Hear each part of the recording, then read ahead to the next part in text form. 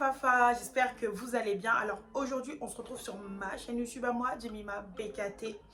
Alors aujourd'hui on se retrouve pour une story time. Ouais, une story time. Comme vous kiffez, comme vous aimez, je vais vous donner.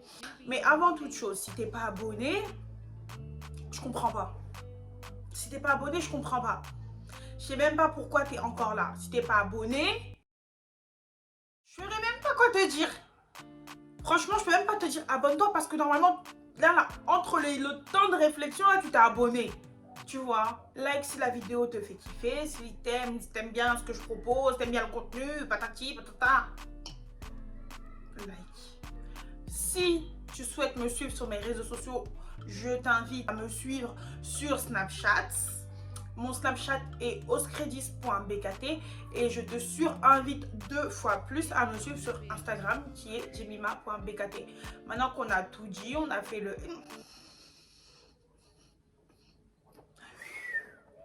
Active ta cloche de notification. Oui, j'ai oublié, mais active ta cloche de notification. Oui, active-la s'il te plaît. Toi qui es abonné, qui me regarde, active ta cloche de notification s'il te plaît. Merci, c'est gentil. Merci beaucoup. Et toi qui n'es pas abonné, abonne-toi et active la cloche de notification parce que sinon ça va pas le faire les gars. T'as vu, on est là, on n'est pas là pour faire les coins-coins, tu vois. Donc abonne-toi, si t'es pas abonné, abonne-toi. Et si t'es abonné, active la cloche de notification. Et si t'es pas abonné et pas cloche de notification, tu fais tout. Voilà, c'est simple. Voilà, on y va. Cette story time se déroule en juillet 2019. À ce moment-là, j'ai 19 ans. Et c'était un jour, comme ça, j'étais avec le G. Et en fait, on est parti sur Paris faire des achats, tout ça, tout ça. Parce que je voulais acheter des vêtements. Il faut savoir que je suis un peu une acheteuse compulsive, quoi. Du coup, on est parti sur Paris, tout ça, tout ça. Et il devait être 16h, 17h. Et j'avais rien mangé de la journée. Du coup, j'avais faim. Je dis au G, oui, j'ai faim et tout. Viens, on mange, mais j'ai pas envie de manger un fast-food. Et le soir, on avait l'anniversaire de sa petite soeur. Du coup, j'avais pas envie de manger un truc lourd. Je voulais manger un truc vite fait pour pouvoir le soir, enfin manger quoi, à minimum, oh, manger un peu. Vous connaissez les petits triangles là, coupés en deux là, les sandwichs comme ça en pain de mie, voilà, en plein pain de mie, c'est ça même. Et en fait et tout, j'ai pris ça, j'ai mangé un demi triangle et tout, je l'ai mangé jusqu'à là tout allait bien. Et on va prendre les transports en commun pour rentrer, parce que les gens sont permis là. Voilà. Et là, j'ai une douleur au ventre, mais inexplicable, inexplicable. Il faut savoir, on va rentrer un peu dans l'intimité. Il faut savoir que moi quand je suis en zone, allez pas chercher loin. Donc je parle de ça, oui. Et je me suis dit peut-être que c'est ça et ça me fait super mal, tu vois. Parce que franchement, j'avais une douleur, mais inexplicable. Au ventre, je pouvais pas localiser si c'était vers la gauche, vers la droite. J'arrivais vraiment pas à situer la douleur en fait. Et de ce fait et tout, je dis au G, bon bah j'ai mal au ventre, tout ça et tout. Enfin, on était sur le chemin du retour, il m'accompagne chez moi et tout. Donc je rentre chez moi, je m'allonge, je bois de l'eau, je m'allonge sur le ventre. La douleur elle passe, on va dire elle passe un peu, tu vois. Donc je m'apprête, je rejoins le G chez lui, on va au restaurant avec sa famille, tout ça et tout pour l'anniversaire de sa petite soeur. Donc arrivé à l'anniversaire, il faut savoir que quand j'étais assise, j'avais un mal de chien, mais c'était innommable. C'était innommable, j'avais trop mal. C'était inconcevable pour moi de rester assise. Mais sauf qu'on est au restaurant, on est assis, c'est un moment convivial. Qu'est-ce que tu vas te lever, cousine? Tu vois ce que je veux dire? Donc je trouvais que des excuses, j'allais aux toilettes. Ah bah s'il fallait du papier, c'était moi qui me levais et tout. J'avais une douleur, mais elle était monstre. Ce soir-là, Hassoul, j'ai pas pu manger. J'étais en incapacité de manger. J'ai pas pu manger, genre j'avais trop mal. Bref, l'anniversaire qui se passe et tout, il passe et tout. Avec G, on va chez ma soeur. Chez ma soeur, je prends un Spasfon. Moi qui suis anti-médicament, j'avais tellement mal. Pour vous dire, en fait, quand je vous dis que je suis anti-médicament, c'est pour vous dire que la douleur, elle était tellement forte à un point que j'ai pris un médicament. La douleur était tellement puissante. Je dis bien puissante. Tu vois, la bouche là, puissante, que j'ai pris un médicament. J'ai pris un Spasfon et tout, on est resté posé, c'est descendu un peu. Je rentre chez moi et tout, je m'allonge et j'ai même pas la force de me déshabiller. Je dis à ma petite soeur, déshabille-moi. Genre, c'est que je suis arrivée à un point de douleur où je suis rentrée dans ma chambre en rampant. Je dis à ma petite soeur, déshabille-moi parce que c'est pas possible en fait, je peux pas là, je peux pas, je suis trop mal, je peux pas. Ok, elle commence à me déshabiller et tout, je m'allonge. Et avant qu'elle parte, je lui dis, écoute-moi bien, dors d'un sommeil léger. Je lui dis bien dors d'un sommeil léger parce que si je crie, viens directement. Je sais pas pourquoi. Je l'ai prévenue, mais après elle me dit, mais Jenima, tu vois, un truc comme ça. Mais je l'avais senti. J'avais flairé le truc, tu vois. Maintenant, c'est quoi? Je dors et tout, et d'un coup dans la nuit, je me réveille, je dis Vanessa, et genre brrr, je commence à dégueuler. Oh, je suis une meuf qui vomit pas, je suis une meuf, je ne vomis pas. Donc pour vous dire à quel point mon corps il combattait quelque chose que je savais pas ce que c'était, il a vomi, je ne vomis pas. Je crois la dernière fois que j'ai vomi, même pire, je vomis pas frère. La dernière fois que j'ai vomi, je pense que c'était quand j'avais 2 ans, voilà, quand j'étais bébé, frère. Mais ce qui devient chelou, c'est quand je commence à vomir du jaune fluo. Je commence à vomir de la bile. Ce qui est de la bile, de la bile, de la bile. Je commence à vomir ça. Je vomis, ça devient de quelle couleur? Violet, noir, tout ça. Je vomis, je vomis, je vomis, je vomis, je vomis. Le vomi, il a une couleur grave chelou. Donc je me dis, il y a un gros problème. Là, c'est une situation d'urgence. Vanessa, elle appelle les secours direct. Elle appelle les pompiers. Elle me rhabille, les pompiers, ils arrivent. Ils me disent, bon, on vous amène aux urgences le plus proche de chez vous. Que ces urgences-là, cet hôpital-là, il se trouve à Saint-Denis. Je ne citerai pas son nom. Je ne connais pas la force qu'ils ont derrière, là, je sais pas. Mais ce truc d'urgence, je n'appelle pas ça un hôpital, ce truc, cette chose d'urgence, se trouve à Saint-Denis. Là, je vais aux urgences et tout, ils m'emmènent au service mater. On me demandait où j'avais mal, je touchais le ventre sans localiser, mais je disais que j'avais mal au ventre. Donc on me fait une échographie, rien, on m'injecte des calmants, je sais pas ce que c'était, franchement, j'ai pris tout ce qui était à prendre, j'ai pris, j'avais sans savoir ce que c'était. J'ai pas pissé dans un pot, on m'a pas prélevé mon sang, ils me disent, rentrez chez vous, on n'a rien trouvé, ça va passer. Sans prescription de médicaments, sans rien du tout, rentrez chez vous. Tu sais, quand tu as passé toute la nuit à l'hôpital, qui disent que c'est rien, bon, tu te mets un doute dans ta tête, tu te dis, ils connaissent leur travail, tu vois, c'est des études, c'est des grands diplômes, ils savent ce qu'ils font, tout simplement, ils savent ce qu'ils font. Donc s'ils me disent rentrer chez vous, je vais rentrer chez moi, tout simplement. Pourquoi je vais faire la têtue ici? Pourquoi je vais faire l'impoli? Je vais rentrer chez moi. Je prends un hitch, j'appelle et tout, ils me déposent chez moi. Et vas-y, la nuit, je tremble, j'ai froid, je me sens pas bien, mais j'arrive pas avec le français en ce moment. Incapacité. Non, incapacité, putain. Incapacité de manger. Même boire de l'eau, c'était impossible. J'arrivais pas, rien ne pouvait rentrer. Je vomissais jaune fluo toute la journée, mais rien ne pouvait rentrer. Bah, les jours passent et ça faisait 2 jours que j'étais chez moi. Je pouvais plus marcher, j'avais plus la force de marcher, de manger, de boire. Et j'avais perdu ma teinte, j'étais plus marron les gars, j'étais devenue grise. J'étais grise et genre je mangeais pas donc je maigrissais. Et j'étais devenue vraiment grise. Et franchement, c'était flippant, mon corps il était froid. C'est comme si la mort elle m'attendait, je sais même plus elle m'attendait, elle arrivait genre son taxi il avait du retard tu vois. Et maintenant c'est quoi et tout, ma mère elle m'a dit non Gemma c'est mort, tu restes pas chez moi comme ça, c'est impossible que tu restes à la maison comme ça, tu repars aux urgences parce que tu peux pas vraiment pas rester à la maison. Je suis repartie aux urgences, ce jour-là et ils m'ont renvoyée à la maison avec une prescription médicale de Doliprane. Je prends les médicaments mais je les vomis parce que comme je vous disais, j'avais pas la capacité de manger, j'avais pas la capacité de manger, j'avais pas la capacité d'avaler, j'avais pas cette force, j'avais même pas cette force. C'est-à-dire que les médicaments, je forçais pour les avaler, mais ils ressortaient. Et je vomissais de la bile juste après. Ma grande soeur, elle vient chez moi. Quand ma grande soeur, elle est arrivée, elle m'a vue, elle était choquée. Elle m'a dit, mais t'es grise. Genre, et quand elle m'a dit ça, genre, c'est là où ça m'a fait, réveille-toi ma soeur, tu vois. Elle m'a dit, t'es grise, t'as maigri, t'es froide. Genre, moi, dans ma tête, ça me faisait ça. Les cloches elles sonnaient partout dans ma tête. Je me suis dit là il faut y aller et elle m'a accompagnée aux urgences. Donc arrivée aux urgences, je présente ma carte vitale. Oui, ils disent qu'ils m'ont jamais vue, que je suis jamais venue aux urgences. Non mais c'était un délire et c'était ma grande soeur qui avait ma carte vitale, mes affaires, nanani, nanana. Moi j'étais en incapacité de parler, j'avais même plus la force de parler. J'avais plus la force de tenir debout, je ne pouvais pas tenir debout. Faut voir comment cette douleur elle m'a rongée petit à petit. Je me suis dit mais Dieu, viens me chercher. À ce moment-là, je me suis dit, viens me chercher parce que je peux pas tenir.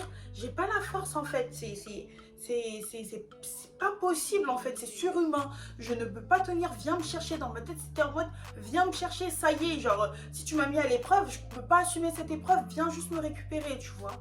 Et eux là-bas t'arrives, ils me disent vous vous appelez comment? J'arrive pas à parler, je fais que pleurer.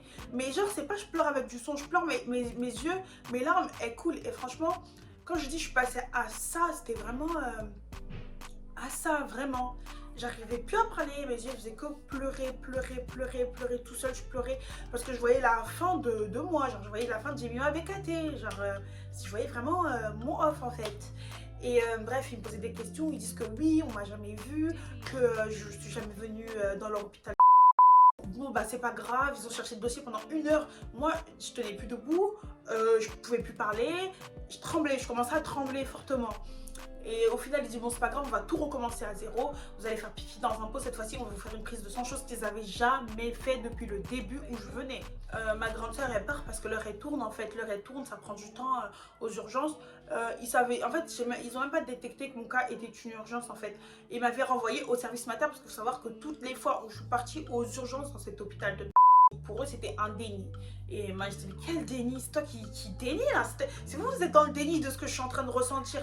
Pour eux j'étais juste dans un déni, nanani. Mes cousins, si je suis dans un déni, au bout d'un moment vous me le dites, vous êtes en train de me faire toutes les analyses, au bout d'un moment mon corps il va se réveiller, il va se dire ah putain je suis en clope, mais je suis pas dans un déni cousin, tu vois, je sais ce que je fais. Donc quand je te dis non c'est que c'est non. Et eux, pour eux, ils étaient matrixés, mais ils étaient dans le déni de ma douleur. On était dans un double déni en fait. Tu vois ce que je veux dire? Bref. Pour ceux qui diront que je suis trop maniérée, je suis désolée. Quand tu es tout seul face à une caméra et que tu parles, moi je suis déjà quelqu'un qui parle avec les gestes habituellement. Donc là, je suis vraiment toute seule. Mes mains elles bougent, voilà. Donc je peux pas les maintenir, je peux pas les tenir, faut les laisser vivre. Hein. Bref. Et là, tu as une meuf qui est un peu plus éclairée que toute l'équipe réunie qui dit non, mais peut-être que c'est l'appendicite. Et les autres qui sont là. Oh,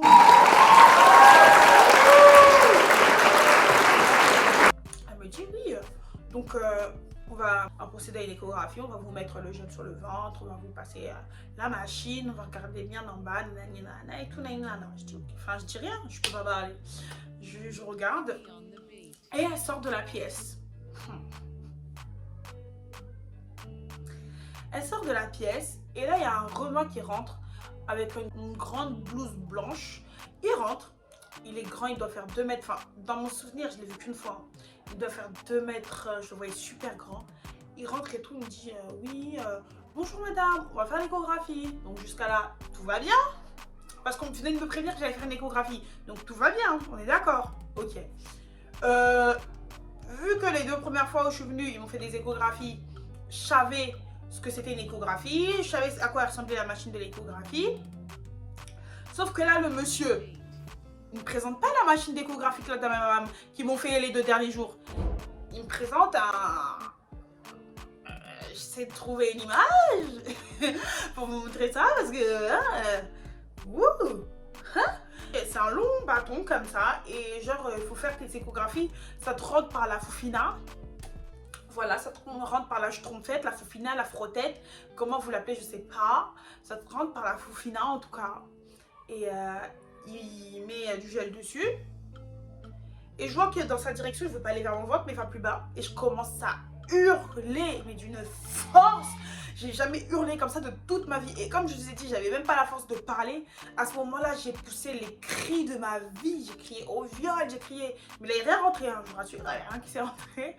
Il n'y a rien eu. Mais juste le fait qu'il est passé en dessous, genre, qu'il ait levé la robe, qu'il ait voulu... Ah, tout ça, ça a été déjà un trop. J'ai hurlé de toutes mes forces. J'ai crié, j'ai crié, j'ai crié. Au secours, au secours. Je pleurais en même temps, je hurlais. Je sais même pas d'où j'ai eu cette... Ça, c'était vraiment la adrénaline. Non, ça, c'était la adrénaline, vraiment la adrénaline,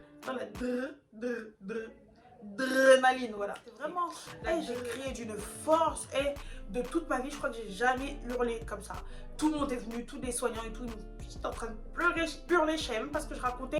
Le fait juste de le voir, ça me paniquait et tout. Là, il est sorti de la pièce et tout. Ils m'ont calmé. Ils m'ont vraiment calmé. Et en fait, ils étaient en train de m'expliquer qu'ils s'étaient trompés d'échographie en fait. Parce qu'il y a 2 sortes d'échographie. Ils étaient en train de m'expliquer et tout. Moi, j'étais juste en train de pleurer. Et bref, ils m'ont fait l'échographie qu'ils me faisaient à la base sur le ventre, tu vois. Non, et c'est passé. Et du coup, ils m'ont mis. Genre, ils m'ont pas mise dans une chambre parce que genre là j'ai vraiment passé la nuit à l'hôpital. Ils m'ont pas mise dans une chambre. Genre j'étais sur un lit et le lit ils l'ont mis dans le couloir. Quand je vous dis franchement, c'était du gros n'importe quoi. Il n'y avait pas de chambre de dispo. Ils ont pris le lit et j'étais pas toute seule. Il y avait plusieurs gens, on était plusieurs personnes. On était dans un couloir. Et comme je vous ai dit, je tremblais, mon corps il tremblait énormément. Et tellement je tremblais, le lit il tremblait avec moi. Et je pleurais, genre les pleurs, c'était devenu comme respirer. Genre je pleurais, c'était comme respirer, frère. Et c'est quoi? Ils m'ont mis dans le couloir. Sauf que je tremblais, j'avais super froid et j'étais au-dessus d'une clim. Donc chose qui va pas du tout ensemble, j'étais juste au-dessus d'une clim. Donc mon corps il tremblait encore plus. Et je pleurais. Et il y a une étudiante qui dit mais putain tu vas jamais fermer ta gueule toi. Franchement, je vous dis, ça a été tellement dur parce que quand on connaît sa personne, on connaît sa personnalité, on connaît comment on est, et que tu as une personne, elle te voit faible, elle te voit au plus bas, et qu'elle se permet de te parler comme si tu étais même moins qu'une merde, même sous-merde, c'est petit. Tu pleures, t'es pas bien, t'es pas de nature à pleurer, enfin moi aussi je suis de nature à pleurer, mais je suis quelqu'un j'ai un fort caractère en fait. Et genre j'aurais jamais laissé quelqu'un dans ma vie me parler comme ça et genre j'étais en train de faire ma bolosse sur le côté, tu vois. Donc ça c'est encore plus dur parce que t'as pas la force de répondre, t'as pas la force de tout ça, tu vois. Bref, elle passe et tout, moi je fais que pleurer. Je tremble de ouf parce qu'on me donne juste un drap. On donne juste un drap. Et en plus on me met sous une clim. Et après je pleurais, je disais de l'eau. Parce que là, genre à force d'avoir pleuré, il fallait bien un moment que je me vide de tout l'eau que j'avais dans mon corps en fait. Et je demandais de l'eau, je disais de l'eau. Une nettoyante qui est passée, elle a dit ouais elle veut de l'eau elle. Et la meuf et tout, elle vient avec un verre d'eau et je pleurais. Et c'était celle qui me demandait clairement de fermer ma gueule. Et elle passe et tout, et je pleurais encore. Et elle me dit ah non, t'as pas fermé ta gueule. Elle me dit non, t'as pas fermé ta gueule toi. Mais elle me regarde, elle me dit mais t'auras pas d'eau, ferme ta gueule et tout. Je sais pas comment elle me parlait et tout, c'était une Renoir et tout dégradée. Ferme ta gueule toi, patati, je sais pas ce qu'elle me disait. Et elle se barre avec le verre d'eau. Franchement, et c'est tellement dur. Parce que t'as pas de force, t'as pas de truc. Et tu sais qu'elle est mauvaise. Donc tu sais même pas ce qu'elle peut te faire. Je sais pas comment vous expliquer. Et sur le coup, tu réfléchis même pas, tu vois. Et j'avais tellement soif parce que ça faisait une semaine que j'avais pas bu d'eau. Que genre, je me suis laissée tomber. Parce que j'avais pas la force de descendre. Parce que le lit il était quand même assez haut. Je me suis laissée tomber du lit au sol. Et j'ai rampé jusqu'aux toilettes. Et j'ai bu de l'eau dans le robinet des toilettes dans un hôpital où il y a plein de bactéries, de tout ça, de tout ci, de nanani, de nanana, de... Tu vois ce que je veux dire? Un truc que j'aurais jamais fait de ma vie, un truc qui serait inconcevable pour moi, tu vois? Un truc que genre, tu me parles ça, je te dis, ah mais t'es comme ça, tu bois de l'eau dans un hôpital, en plus tu te mets accroupi, comme ça, après avoir rampé au sol. Mais tellement t'es dans une souffrance, tellement t'es dans une douleur, tellement t'as mal et que la douleur elle prend le dessus sur tout. Tu penses même pas à tout ça, tu vois. Bref.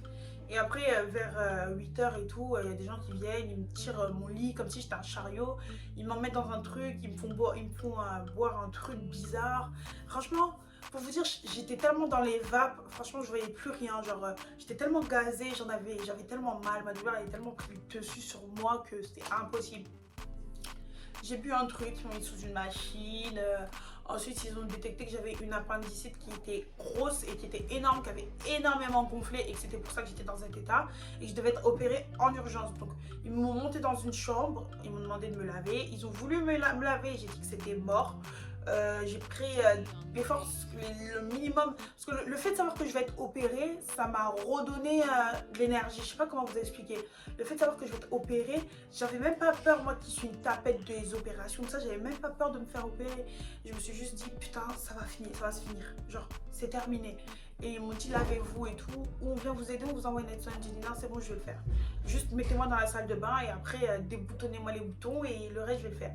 Donc je me suis douchée et tout bien comme il fallait. J'ai gardé ma perruque parce que j'avais une pépée sur la tête. J'ai gardé ma perruque, on m'a dit vous enlevez tout. Faut mettre des vêtements pour entrer au bloc opératoire, la Charlotte, nanani, nanana, la culotte de bloc, nanani, nanana. Ça a été rapide. Une fois qu'ils ont détecté mon appendicite, ils ont accéléré les choses parce qu'elle était énorme. Elle avait vraiment gonflé, enflé. Après, ils m'emmènent au bloc et tout. Et genre là, je capte que je suis au bloc. Là, c'est vraiment de la frayeur. J'ai peur. Première fois que je rentre dans un bloc opératoire et que je vais faire une anesthésie générale. Parce que je me suis déjà fait opérer anesthésie locale, mais pas générale. Comment vous dire que je suis en train de me chier dessus, que là ouais j'ai plus mal mais j'ai peur, mais c'est vraiment à ce moment là que j'ai peur parce que ils mettent le masque comme ça là et ils me disent madame Bocoté comptez et je suis là hey, une grosse flippette frère, une tafiole. Et moi je suis vraiment une tafiole, j'ai trop peur de tout, la vie d'homme, j'ai trop peur. Je suis là non c'est mon rêve, vous faites quoi, vous faites quoi, vous faites quoi. Je commence à gesticuler de partout. Et en fait, il y a quelqu'un qui avait la main sur le truc, tu vois. Et moi, en même temps, tu vois, tu parles, mais tu respires. En fait, c'est un automatisme de respirer. Donc, je peux pas parler et pas respirer. Et je dis, non, non, c'est moi, faites quoi, vous faites quoi. Et je me suis endormie. Et je me réveille. La première chose que je fais, parce que j'ai une perruque, j'oublie que j'avais une douleur. C'est bizarre, hein. Je touche ma tête, plus de cheveux. Oh là là. Elle meurt de moi. Et là, t'as un petit mal, il dit, c'est ça que tu cherches. Excusez-moi les petits mal si je fais mal l'accent, mais gars, c'était un truc dans le délire. Il fait c'est ça que tu cherches et je rigole, tu vois. Jusqu'à je rigole, un truc que je savais même plus faire, frère. Je savais même plus rigoler, je rigolais comme ça. Tellement ça faisait une semaine que j'avais pas rigolé, je suis de même, je rigole tout le temps, frère. Tous les jours je rigole. Et dès que je me réveille, la première chose que je fais, c'est je rigole. Du coup, ils m'emmènent dans ma chambre. Dans ma chambre, il y a ma mère. Elle est contente de me voir, j'ai plus mal. Je sens que j'ai des tuyaux qui sortent de mon ventre. En fait, on m'avait mis un drain et un autre truc. Laisse tomber. Franchement, ça a été dur de ouf. Ça a été dur de ouf. Une fois que je suis montée à l'étage, je me suis fait opérer, tout ça. Les tubes sanguins, ils ont été top. Franchement, ils m'ont grave motivée. Je suis restée là-bas 1 semaine et demie, 2 semaines après l'opération parce qu'il fallait que mon drain devienne clair. Genre, vu que c'était une grosse opération, il fallait que mon drain il devienne. Mon drain, je vais vous montrer aussi, je vais mettre une photo d'un drain. Il fallait que mon drain il devienne clair pour que je puisse sortir. Il fallait que je pète. Parce que quand on t'opère du ventre, on m'a expliqué que on gonfle le ventre, on te gonfle les intestins, je sais pas quoi, je n'ai pas très bien compris. Mais en gros, on gonfle, il faut que tout l'air qu'on t'a mis, il ressorte. Donc avant que tu partes, il faut que tu aies pété. Genre, et ça veut dire que tout le système, il reprend son sens, tu vois. Tant que tu pètes pas, c'est qu'il y a un problème. Donc il fallait qu'ils attendaient que je pète. Et il faut savoir, j'allais oublier, l'inoubliable. Il faut savoir que quand je me suis réveillée le lendemain, j'ai eu les médecins et toute l'équipe chirurgicale qui était dans ma chambre et qui m'ont dit vous êtes passé à ça de la mort avec un grand sourire. Mais c'était pas un sourire en mode on t'a sauvé la vie, c'est un sourire en mode on a fait du bon boulot, tu vois, vraiment, parce que t'étais à ça de la mort. Mais quand tu dis ça avec ton équipe, tu rigoles. Moi je rigole pas parce que j'ai souffert en fait, ça m'a et franchement j'ai galéré jusqu'au jour où j'ai pété. Ça a pris du temps. J'ai dû avoir une infirmière qui vienne à domicile me faire les pansements. Dites-vous que je suis partie en Espagne, vu que je suis une thug. J'ai dit je peux. Je suis partie en Espagne et j'ai demandé au médecin, à l'infirmière. Elle m'a montré comment faire les pansements. J'ai refait mes pansements toute seule là-bas, ils ont cicatrisé. Je pouvais pas sauter, je pouvais pas faire de manège à sensation forte, je pouvais pas faire de trucs à sensation forte. Il y avait plein de choses que je pouvais pas faire. Marcher longtemps, je pouvais pas. Fallait que je reste stabilisée. Mais vu que je suis un poli et têtu, non, je suis pas un poli, je suis juste têtu. Vu que je suis têtue, j'ai pas fait tout ce qu'on m'a dit. Donc si à Haja, là je m'embrouille avec moi-même, je m'embrouille à moi-même. Et franchement, aujourd'hui je vous raconter ça avec un peu d'humour, le plus que je pouvais vraiment, parce que c'est une histoire qui me tient énormément à cœur. Surtout quand j'y repense et tout, genre c'est pas un truc petit, tu vois. L'appendicite, ça peut être un tout, ça peut être le fait de manger ses ongles qui réveille l'appendicite, trop de féculents, de nanani, de nanana. Et moi je suis quelqu'un, je rongeais peut-être mes ongles aussi. Non, j'ai pas passé de rongeuse. Conseil que je peux donner, je sais même pas si on peut conseiller cette vidéo, hein, c'était vraiment, je partage mon histoire avec vous. Une histoire qui me tient à cœur, une story time vraiment personnelle. si je pourrais dire quelque chose, c'est faites-vous confiance. Restez camper sur vos positions des fois dans la vie, tu vois, comme dans une situation comme ça. Là, je parle un peu plus sérieusement. Comme dans une situation comme ça, quand tu connais ton corps, qu'on te dise A, B, C, D, Y, Z, non, non, non, non, lâche pas, persévère. Moi, en tout cas, c'est ce que j'ai fait dans cette histoire, même si à un moment, j'ai un peu baissé les bras. Mais persévère, genre, faut persévérer. Si tu sais que t'as mal là, t'as mal là. Et pars pas tant que t'es pas soigné, en fait. Parce que ici, frère, t'en as, ils dorment debout, wesh. Bref. C'est dans les moments les plus durs qu'on voit qui sont, je dirais pas qui sont les personnes qui vous aiment le plus, mais qui sont les personnes qui tiennent beaucoup à vous aussi, qui vous aiment le plus aussi. Les personnes qui sont pas venues, je leur en veux pas, parce que des fois, on grandit, faut pas tout prendre à cœur, faut pas tout prendre pour soi, et ça a permis aussi que dans ma vie, je puisse prendre du recul sur certaines choses. On grandit, nos emplois du temps ne sont pas forcément adaptés pour tout le monde, donc ça peut faire qu'on ne peut pas, tu vois. Donc ceux qui m'ont dit qu'ils ne pouvaient pas, j'ai compris à 15 000 %, tu vois. Mais ça fait toujours mal, parce que quand tu sais ce que tu as vécu, et surtout le fait qu'on m'ait dit, il y a un truc que j'ai vraiment pas digéré, c'est le fait qu'on m'ait dit, ouais mais c'était une appendicite. Ouais mais non, parce que moi où je suis arrivée, j'étais au stade de la péritonie. Si tu sais pas, tu vas faire une recherche. Quand bien même, j'ai eu une douleur qui était énorme, genre c'était invivable, ingérable et tout, donc non, c'était pas que l'appendicite, c'était des gens qui m'ont dit ça, franchement, c'est pour eux que j'ai eu beaucoup, et énormément de colère. Ah, genre, ah, t'as l'appendicite, c'est rien. Et je l'ai eu, moi aussi, j'avais 5 ans, je m'en souviens même plus. Non, mais moi, je m'en souviendrai toute ma vie parce que j'ai failli laisser ma peau dans un truc aussi bête, tu vois. Bref, voilà, c'était tout, c'était mon histoire, j'espère que ça fait bizarre hein, quand je me pose et que je parle sérieux avec vous comme ça. Non, je parlais comment? Je disais ouais. C'était la fin d'ici. Des fois j'ai... Donc voilà, c'était tout. C'était mon histoire, my story, guys. Si la vidéo vous a plu, abonnez-vous. Lâchez votre petit pouce bleu aussi. N'oubliez pas d'activer la cloche de notification. Mettez vos commentaires parce que je lis vraiment tous les commentaires. Pourquoi je suis vénère. Mettez vos commentaires parce que je lis vraiment tous les commentaires, j'en loupe pas un. Même les mauvais, hein, je les lis. Je les supprime aussi, mais je les lis quand même, c'est pas grave. Voilà, donc bisous de moi et à très bientôt. Mouah.